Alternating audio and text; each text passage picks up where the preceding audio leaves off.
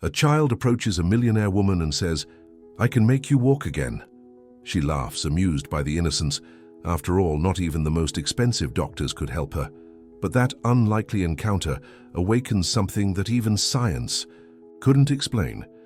And what begins with a laugh ends with a miracle that will touch your heart. If this story interested you, don't forget to subscribe to our channel and tell us what city you're watching from. We continue. I promise this will be the best story you'll ever hear in your life. Magnolia Park was particularly quiet that autumn afternoon. Eleanor Mitchell observed the children playing in the distance, her eyes reflecting a mixture of melancholy and resignation. At 52, she had built a business empire, but now found herself confined to a wheelchair, isolated in a world of self-imposed silence. Her driver, Anthony, waited patiently on the stone path, as he had done every afternoon for exactly 3 years. The ritual was always the same: half an hour observing the park, speaking to no one, just letting time pass while contemplating the lives of others that seemed so distant from her own reality. The Mitchell mansion on the hill overlooking New York City had become both refuge and prison. The extensive marble corridors, once the stage for sophisticated parties and business meetings, now echoed only with the sound of her wheelchair's wheels and the occasional clinking of silverware. During solitary meals, "Ma'am, it's getting colder. Perhaps we should head back," suggested Anthony, adjusting the scarf around his own neck. Eleanor nodded slightly, her face impassive like a well-trained mask. Years of corporate negotiations had perfected her ability to hide emotions, but the accident that left her paralyzed from the waist down had transformed this skill into a constant. The journey home was marked by memories she tried to suppress.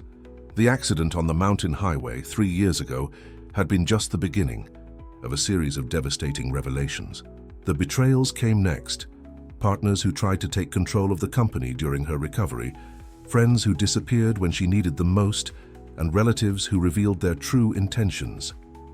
"Good afternoon, Miss Eleanor," greeted Lydia, the new housekeeper, while opening the mansion door. Eleanor didn't respond, only allowing Anthony to guide her wheelchair inside. Her eyes wandered unconsciously to the portrait on the hall wall, her and her daughter Betty in happier times. Now she wasn't even sure which country her daughter was living in. That night, while Lydia organized her medications, Eleanor listlessly flipped through a business magazine.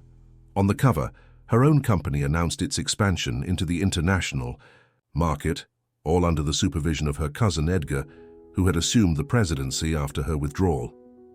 "Anything else you need, Ma'am?" asked Lydia. "No," Eleanor replied dryly. Her eyes studied the housekeeper for a moment.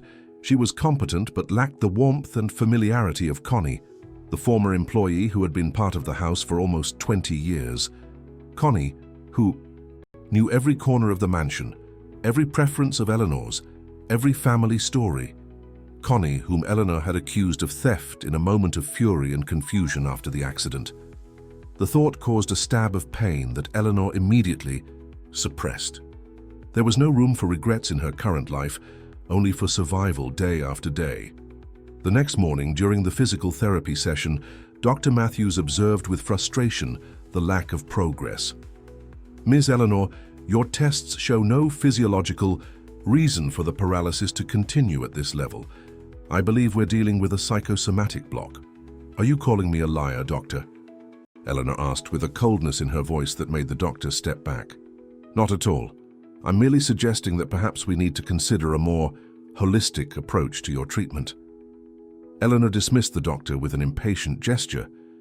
She had already consulted the best specialists in the country, and they all came to the same uncomfortable conclusion. Physically, she should be recovering her movements, but something in her subconscious seemed to prevent progress. That afternoon, upon arriving at Magnolia Park, Eleanor noticed something different. A blonde boy, approximately 10 years old, was playing alone near the bench where Anthony always parked her wheelchair. He was throwing pebbles into the lake, watching the circles form on the water. "Want to try?" the boy suddenly asked, turning to Eleanor with a disarming smile. Eleanor pretended not to hear, looking away to the other side of the park. "My name is Luke," the boy continued, approaching without ceremony. You come here every day, don't you? I watch you from the school window. He pointed to a yellow building across the street. I'm not interested in company, Eleanor replied, her tone making it clear that the conversation had ended before it even began. But Luke seemed immune to the coldness. With the naturalness that only children possess, he sat on the bench beside the wheelchair. My. Grandma says people in wheelchairs are like anyone else, just with extra wheels. She also says that loneliness is bad for the heart, even for very big hearts. Something in the mention of the boy's grandmother aroused Eleanor's curiosity, although she tried not to show it. Your grandmother seems to have opinions about many things, she commented dryly. Yes, Grandma Connie knows everything. She worked in a big house with huge gardens before she got sick. The name hit Eleanor like a physical blow. Connie. It could just be a coincidence. New York was a big city with many women bearing that name, but something in the way the boy spoke, a certain familiarity in his tone, made her heart race. Connie? She asked, trying to keep her voice neutral. Yes, my grandma. She says you'll walk again someday, you know. She always lit candles for you, even after... Luke stopped abruptly, as if he had said something he shouldn't have. Eleanor felt her world spin, so it wasn't a coincidence. This boy was the grandson of Connie, her former housekeeper, the woman she had unjustly accused and expelled from her house during the most troubled period after the accident. Do you know who I am? Asked Eleanor, her voice now a whisper. Luke nodded, his blue eyes shining with wisdom beyond his years. Grandma has your picture in her living room. She says you were like family before the big accident. The simplicity with which the boy spoke of the situation was disconcerting.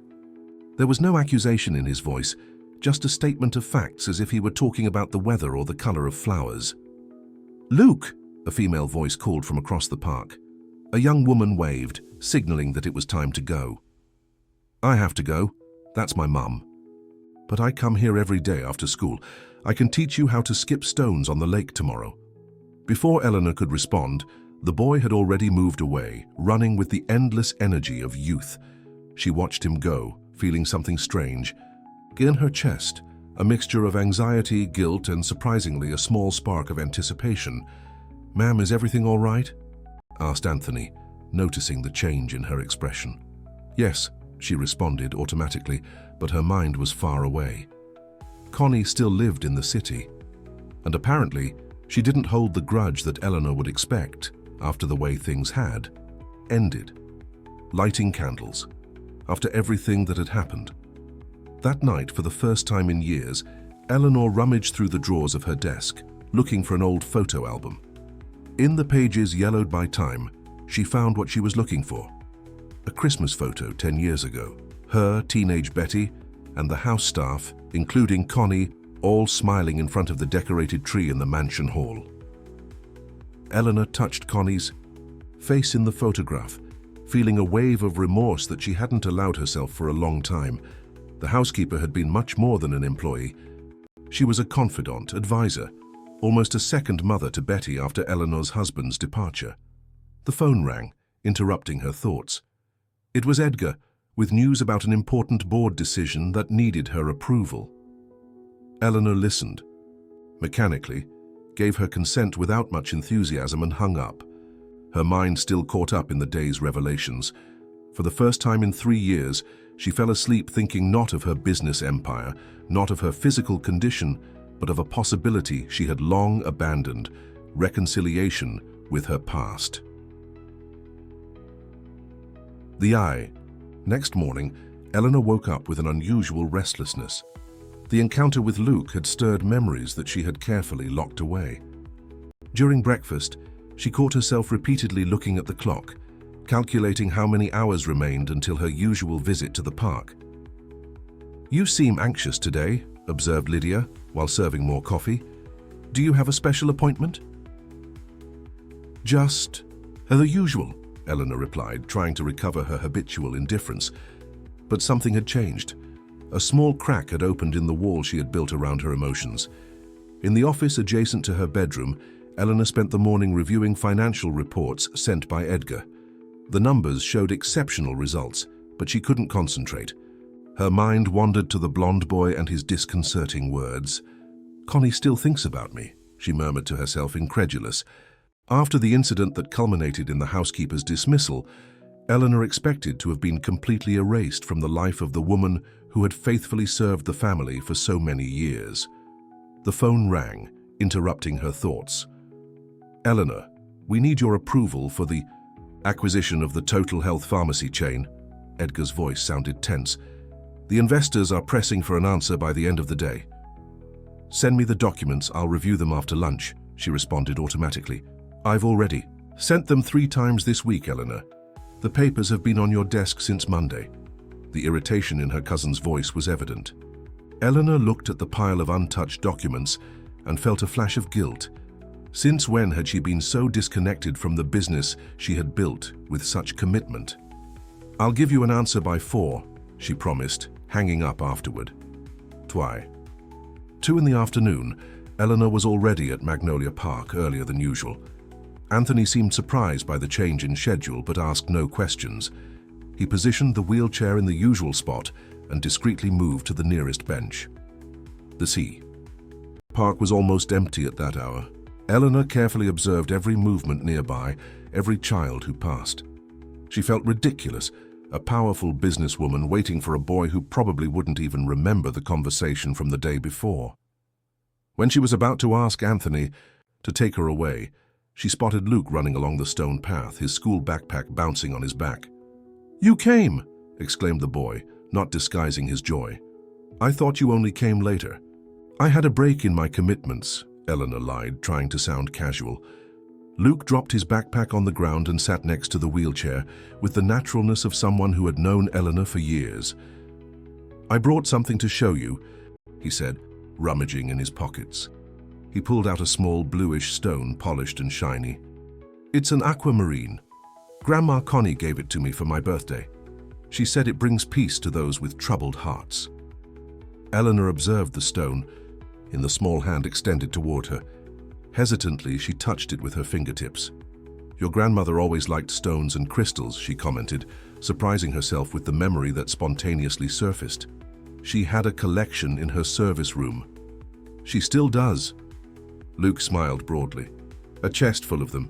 Each one has a story.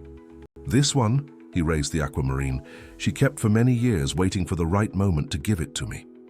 Something in the simplicity of the gesture and the shared memory made Eleanor feel a lump in her throat. How was it possible that, after everything that had happened, this connection still existed, this invisible thread between her past and present? "How is she?" she finally asked, the words escaping before she could contain them. Luke lowered his eyes for the first time, his enthusiasm visibly diminishing. "Not very well. She needs heart surgery, but it's very expensive. Mom is working 2 jobs to try to save up the money, but it will take a long time." Eleanor felt a weight in her chest. Connie sick, needing surgery she couldn't afford. The irony of the situation didn't escape her. She, with all her millions, isolated in her mansion, while the woman she had unjustly fired was fighting for her own life. "But Grandma doesn't like us talking about that," continued Luke, recovering his smile. "She says life is like a river. Sometimes there are stones in the way, but the water always finds a way to move forward." The simple wisdom of that phrase, so characteristic of Connie, deeply affected Eleanor. How many times had the housekeeper shared these little pearls of wisdom over the years? And how many times had Eleanor ignored them, absorbed in her business concerns? "Shall we play?" asked Luke, pointing to the lake. "I'll teach you how to make stones skip on the water."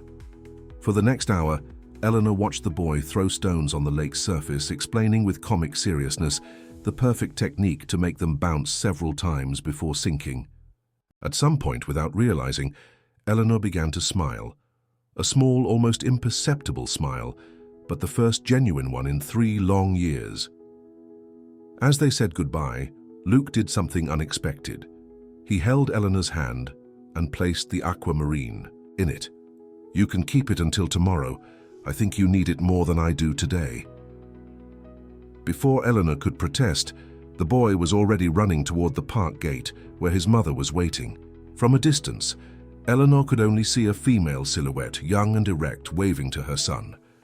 On the way back to the mansion, Eleanor kept the blue stone firmly secured between her fingers as if it were a protective talisman. "Anthony," she called when they were almost arriving, "you remember Connie, don't you?" The driver adjusted the rearview mirror, his gaze briefly meeting Eleanor's. "Yes, ma'am. We worked together for many years." "Did you hear anything about her after she left the mansion?" There was a perceptible moment of hesitation before the answer. "I heard. She's living with her daughter in Spring Valley. It seems her health isn't very good."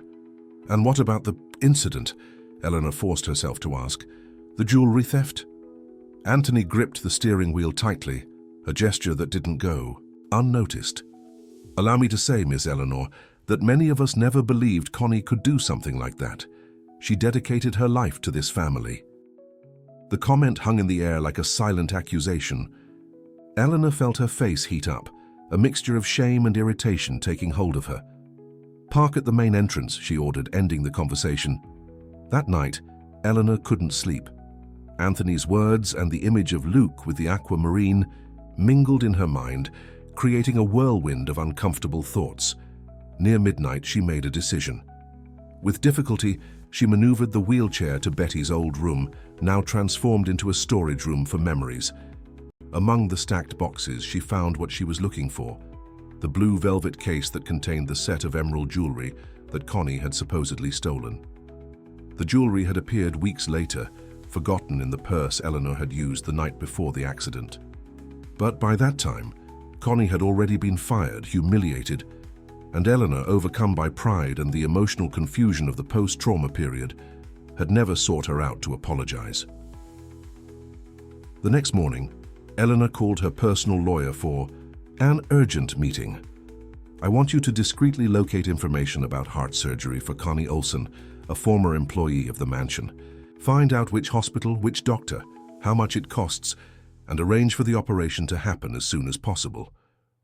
"Do you wish to visit the patient?" asked the lawyer while taking notes. "No," Eleanor was emphatic. "I want total anonymity. She must not know that I am responsible for the payment." 2 weeks passed. The visits to the park became the highlight of Eleanor's days. Luke always appeared, sometimes for just a few minutes, sometimes for more than an hour. They talked about everything and nothing.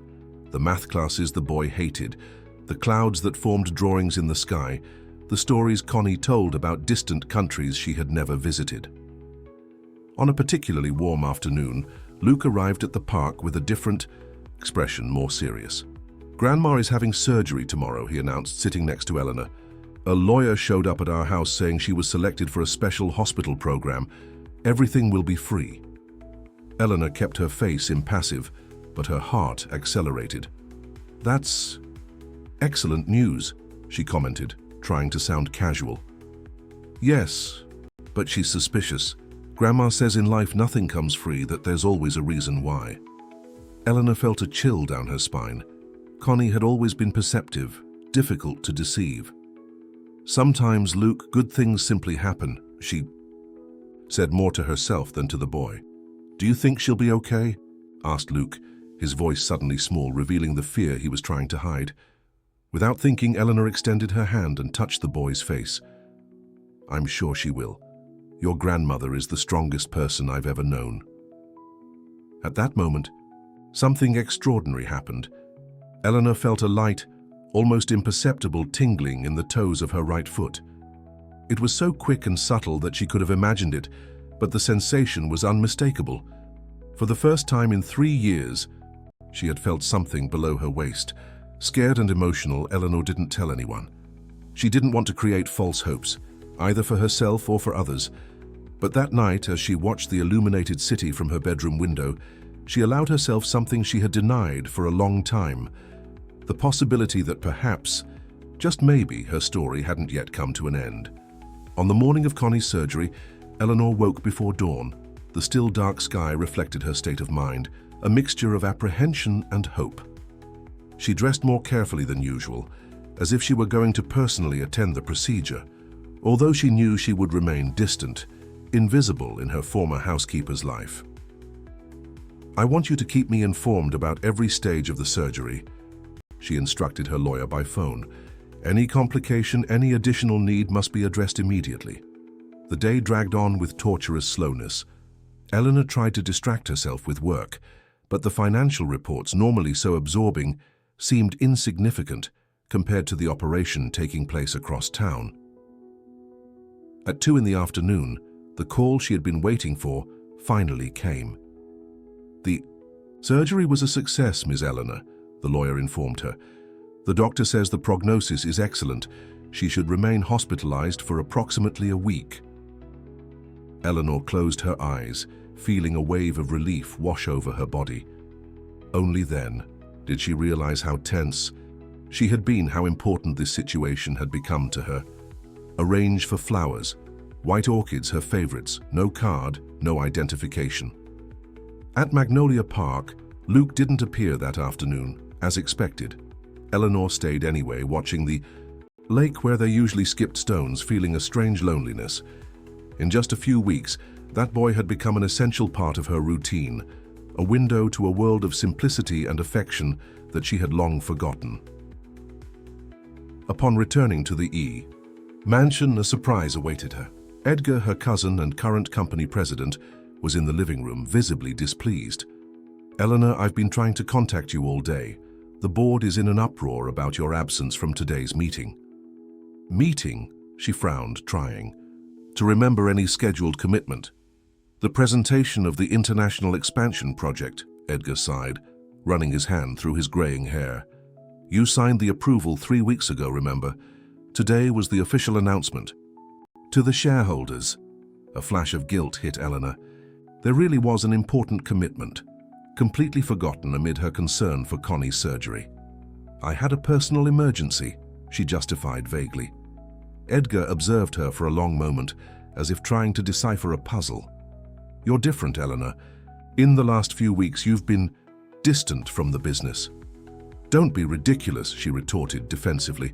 I continue to approve all projects, review all reports. Approving is not the same as being present. Edgar sat down, his tone softening. Don't misunderstand me, I think it's positive. Since the accident, you've buried yourself in work as a way of not dealing with everything else. Eleanor felt her face heat up. The accuracy of the observation deeply bothered her. My personal life is not company business, Edgar. When it affects business decisions, it becomes company business, he replied, calmly. The shareholders are concerned about your leadership capacity in the long term. There are rumors about a possible permanent replacement in the presidency. The words hit Eleanor like a slap. For 3 years, even in a wheelchair, even isolated in her mansion, her authority in the company had never been questioned. Mitchell Enterprises was her creation, her legacy. Who's behind this, she asked, her voice dangerously controlled. Does it matter?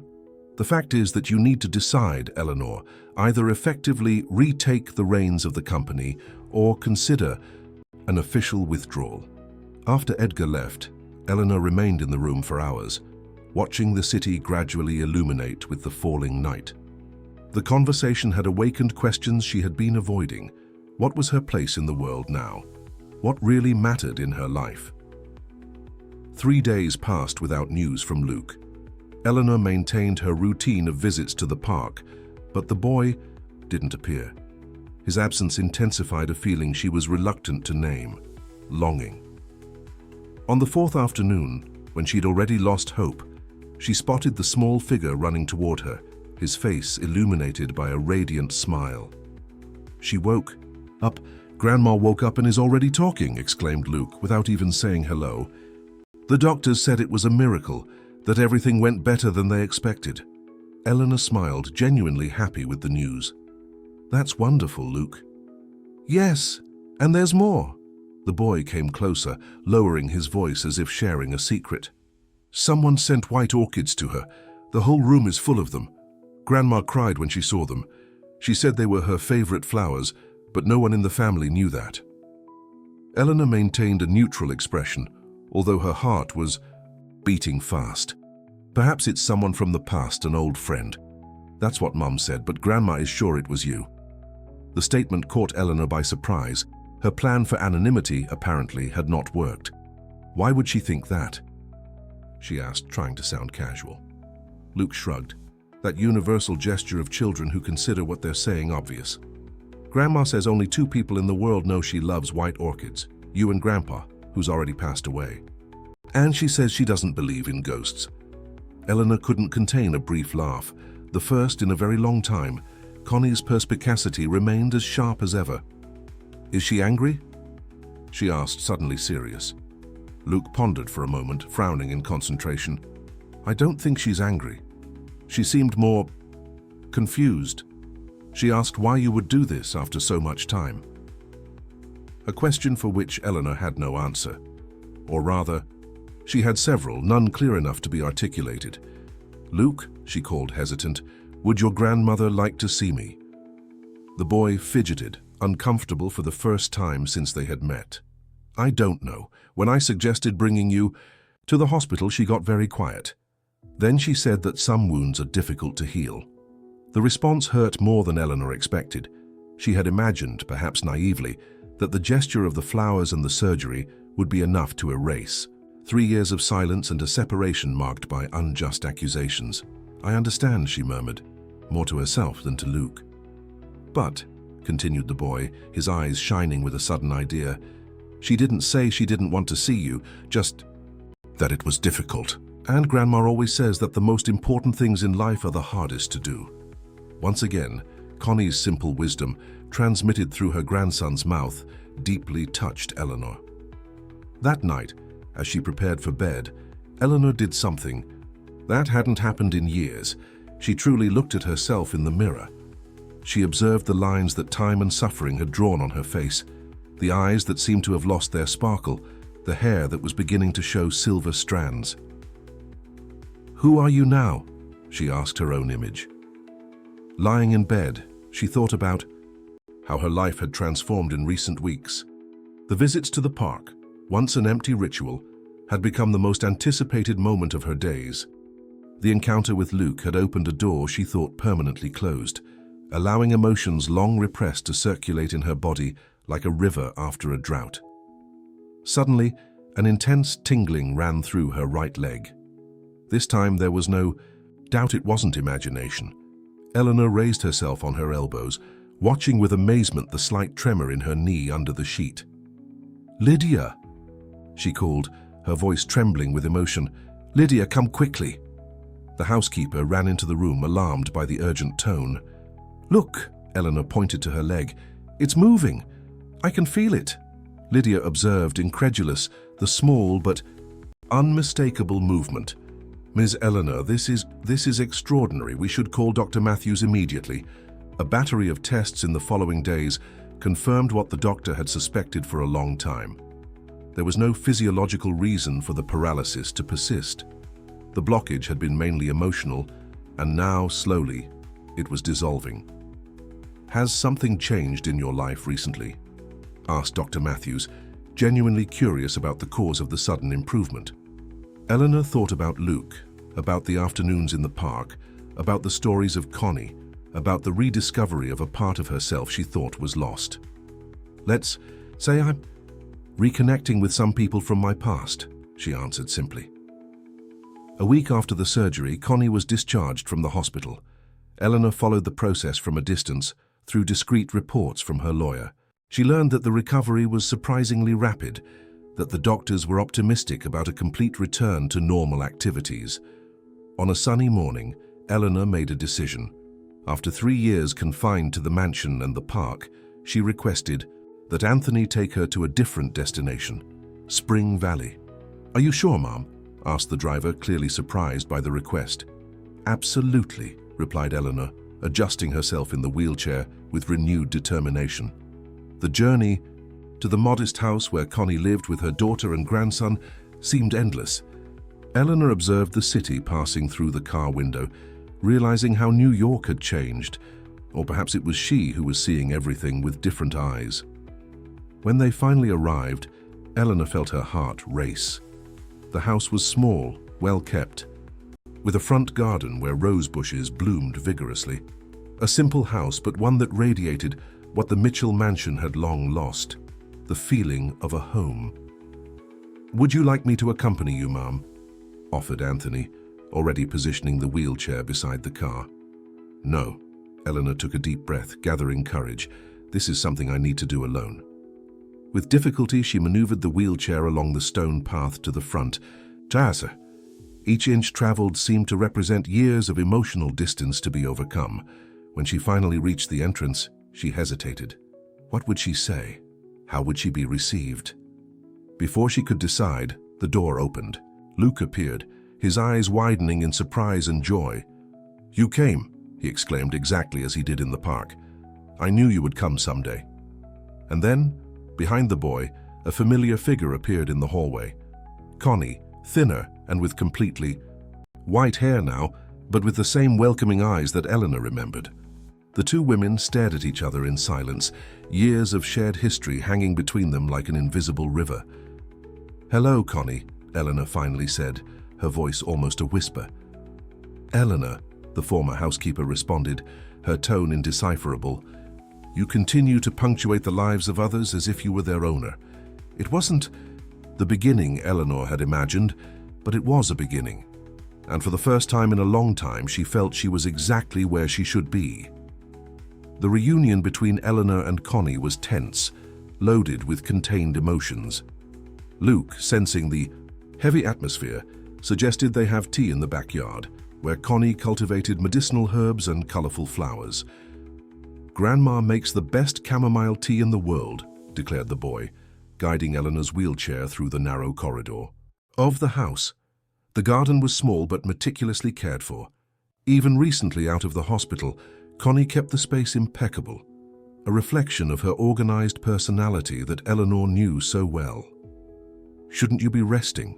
asked Eleanor, watching the ex-housekeeper move carefully, preparing tea at a rustic table under a cherry tree. "I was never good at staying still," replied Connie, her tone softer now. "The doctors said small activities are allowed, as long as they don't require effort." An uncomfortable silence settled between them.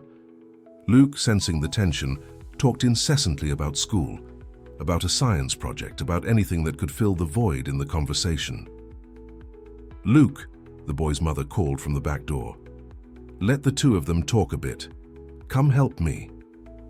"With lunch." Reluctantly, the boy obeyed, but not before giving Eleanor an encouraging look as if to say, "Don't give up." Alone in the garden, the two women avoided eye contact for a few moments. It was Connie who finally broke the silence. "Why did you do it, Eleanor? The surgery, the flowers, after so long?" Eleanor contemplated the teacup in her hands, seeking words that could express the complexity of what she felt. "Luke found me in the park," she began, carefully choosing each word. "He mentioned your name, talked about your health. I realized I had the means to help, and it simply seemed the right thing to do." "Charity?" asked Connie, a slight tone of bitterness in her voice. "No," Eleanor raised her eyes, directly facing the ex-housekeeper for the first time. "Reparation. Although I know no amount can truly repair what happened." Connie sighed deeply, adjusting the shawl over her shoulders. "You know, for years I waited for a phone call, a letter, any sign that you had realized your mistake.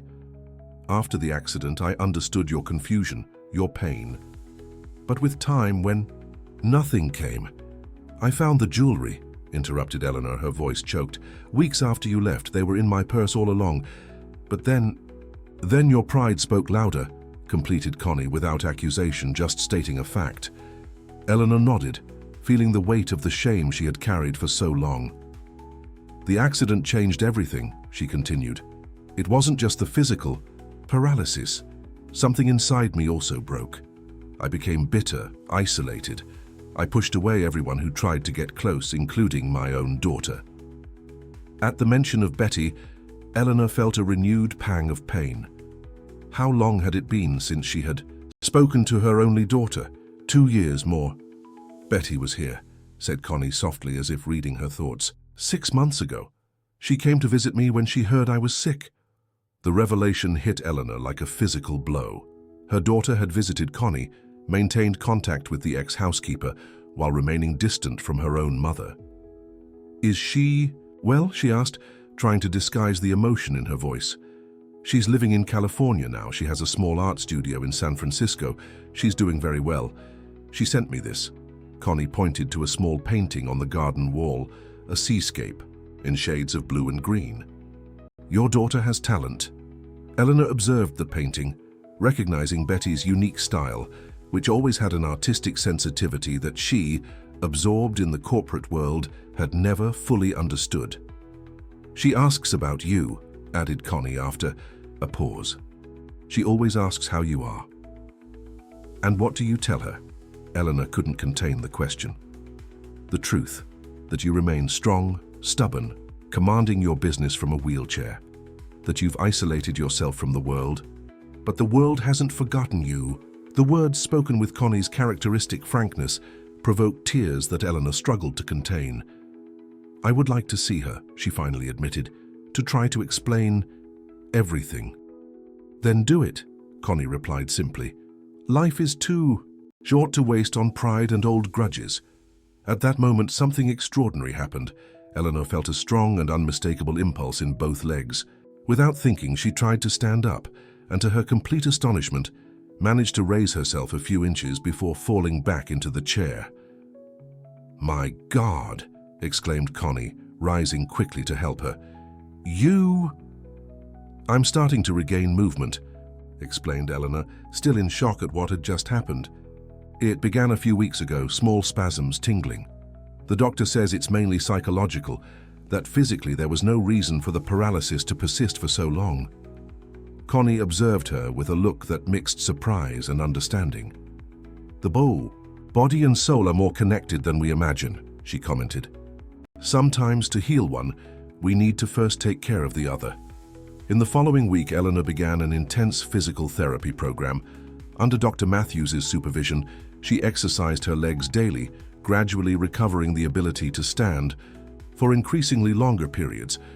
The progress was slow but constant, fueled by a determination that surprised even the professionals who accompanied her. The visits to the park continued, but now with a crucial difference. Luke came accompanied by Connie. At first, the meetings were brief and still marked by a certain awkwardness. With time, however, the old familiarity began to resurface between the two women. A month after the reunion, Eleanor made a decision that surprised everyone, including herself. She sold the Mitchell mansion. Are you sure about this? Asked Edgar when she communicated her decision. This house has been in the family for generations. Precisely because of that, replied Eleanor, observing the empty corridors that once housed so many memories. It's full of ghosts from the past. I need a new beginning. She bought a spacious but significantly smaller apartment in a quiet neighborhood near Magnolia Park. Modern, accessible, with large windows that allowed natural light to enter, the opposite of the somber and isolated mansion where she had confined herself for so long. On a Saturday afternoon, she received an unexpected visit. Lydia, who continued working for her in the new apartment, announced, Ms. Eleanor, there's someone here to see you. Entering the living room, Eleanor felt her heart race. Standing by the window, observing the city, was Betty. Thinner, with shorter hair but unmistakably her daughter. B, she murmured, using the childhood nickname she hadn't uttered in so long. Betty turned slowly. Her eyes, so similar to her father's, studied Eleanor from head to toe. You're standing, she observed, her voice controlled, but not completely hiding her surprise. Eleanor was leaning on a cane, but effectively standing, something Betty hadn't seen in 3 years. Not for very long yet, but I'm making progress, replied Eleanor, uncertain about how to proceed. Should she hug her daughter? Keep her distance. Did Connie tell you? Yes, she said that you're changing. An uncomfortable silence settled between them. Years of unspoken words, of grievances fed by distance, seemed like an invisible wall separating mother and daughter. Why did you come back? Asked Eleanor finally. Betty hesitated, nervously handling the strap of her purse. I found this among Dad's things, she said, extending a small envelope yellowed by time. I thought you should see it. With trembling hands, Eleanor opened the envelope. Inside, a handwritten letter dated 20 years ago, shortly before the tragic accident that took her husband. In the letter, Robert expressed his love for his wife and daughter and shared a dream: to create a foundation dedicated to the rehabilitation of people with disabilities. "He never told me about this," murmured Eleanor, feeling tears forming in her eyes. "I think he was waiting for the right moment," replied Betty, her voice softening for the first time. "Connie mentioned that you sold the mansion, that you're seeking a new purpose." Eleanor raised her eyes from the letter, suddenly, understanding. "You think we should fulfill his dream?" A slight smile appeared on Betty's face, the first in a very, very long time. "I think it would be a good start." That conversation marked the beginning of a delicate reconstruction. Betty didn't immediately return to California, deciding to spend a few weeks in New York. The first days were strange, loaded with uncomfortable silences and superficial conversations. Gradually, however, mother and daughter began to rediscover each other, sharing not only memories of the past but also plans for the future. The idea of the foundation quickly took shape.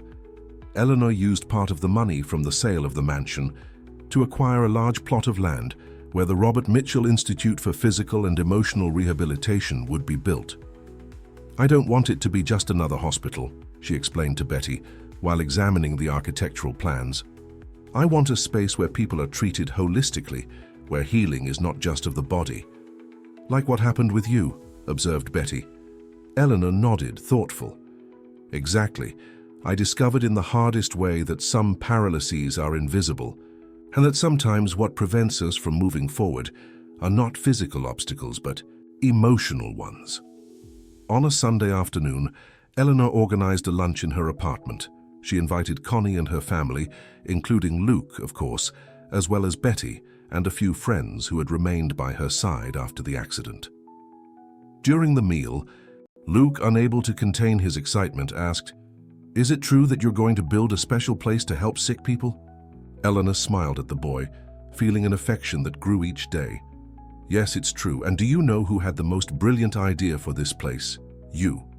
"Me?" Luke's eyes widened in surprise. "Yes," confirmed Eleanor. "Remember when you said, 'You could help me walk again?' That's when I realized sometimes it's children who help adults heal, not the other way around." This realization led to the creation of one of the most innovative aspects of the Institute, the Children Helping Adults program, where young volunteers would be trained to provide emotional support to patients in rehabilitation.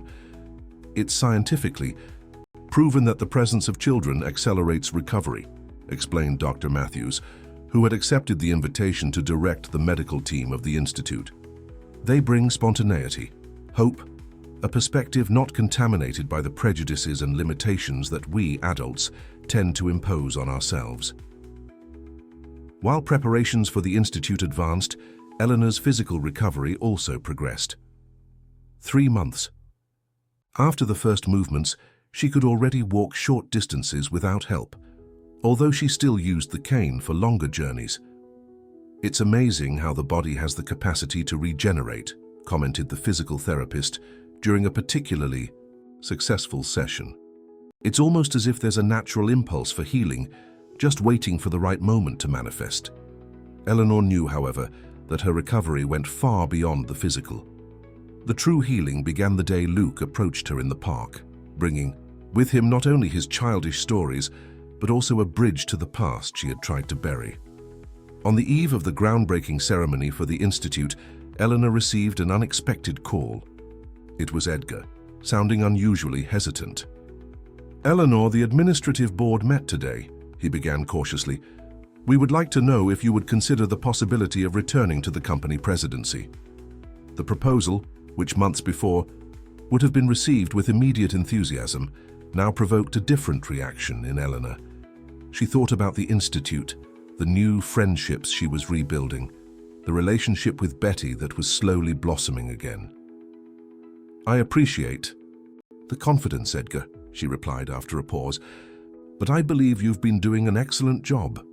I'll continue as the majority shareholder, of course, but my focus now is on other projects."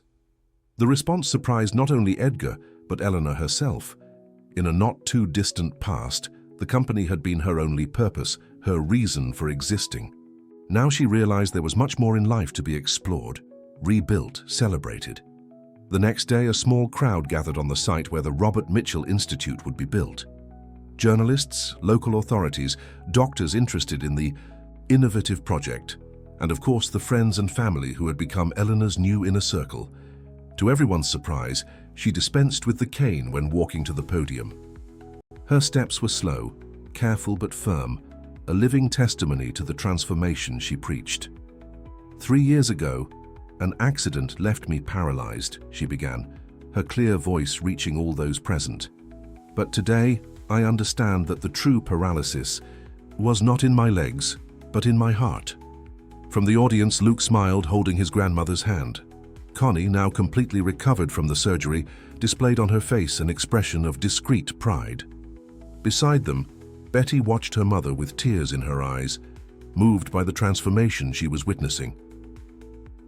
This institute is born not only from a personal tragedy, but from the understanding that true healing is an integral process. Here, we will treat not just bodies but spirits, not just broken bones but broken hearts. As she spoke, Eleanor thought about how her life had changed in such a short time.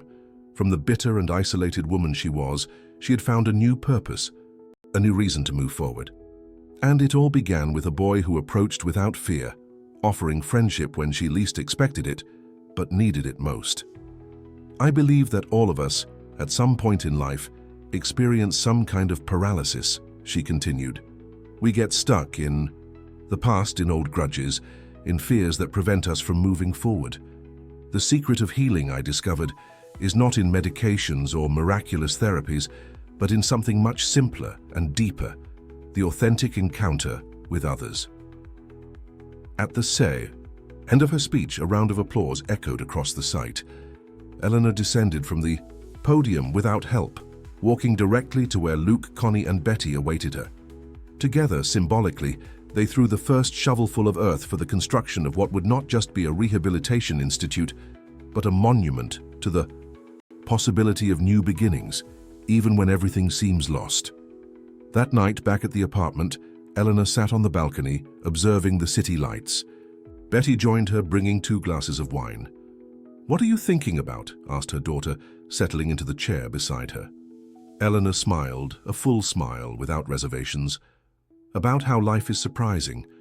About how sometimes we need to completely break in order to rebuild ourselves in a truer way. Betty nodded, perfectly understanding what her mother meant. Both had traveled difficult paths in recent years, faced losses, disappointments, moments of deep despair. But now, sitting side by side under the starry sky, they shared something they had lost long ago, the hope for a better future, built not on the ashes of the past, but on its most valuable lessons. "I think Dad would be proud," Betty said softly. "Yes," agreed Eleanor, raising her glass in a silent toast. He always believed in the power of renewal. In Connie's apartment, Luke was preparing for bed. On the small table beside his bed, the aquamarine he had lent to Eleanor months ago, and which she had insisted on returning, shone under the lamp. "Light! Grandma!" he called when his grandmother came to give him a goodnight kiss. "Do you think Miss Eleanor will get completely better?" Connie sat on the edge of the bed, stroking her grandson's blonde hair. "You know, Luke, I think she already is. Some healings aren't visible to the eyes, they happen in here." She gently touched the boy's chest. "And those are the most important ones." The boy smiled, satisfied with the answer. In his innocence, he had understood what many adults take a lifetime to learn, that sometimes the greatest miracle is not when legs start walking again, but when the heart learns to feel again. The end of the story. Dear listeners, we hope that the journey of Eleanor, Luke, and Connie has touched your hearts. To follow more touching stories like this one, we've prepared a special playlist that explores the paths of emotional healing and new beginnings. Find it here by clicking on the left side of the screen. If this narrative awakened something in you, don't forget to subscribe to our channel and tell us what city you're watching from. Every day we bring new stories that explore the complexity of human relationships and the transformative power of forgiveness. Share in the comments if you have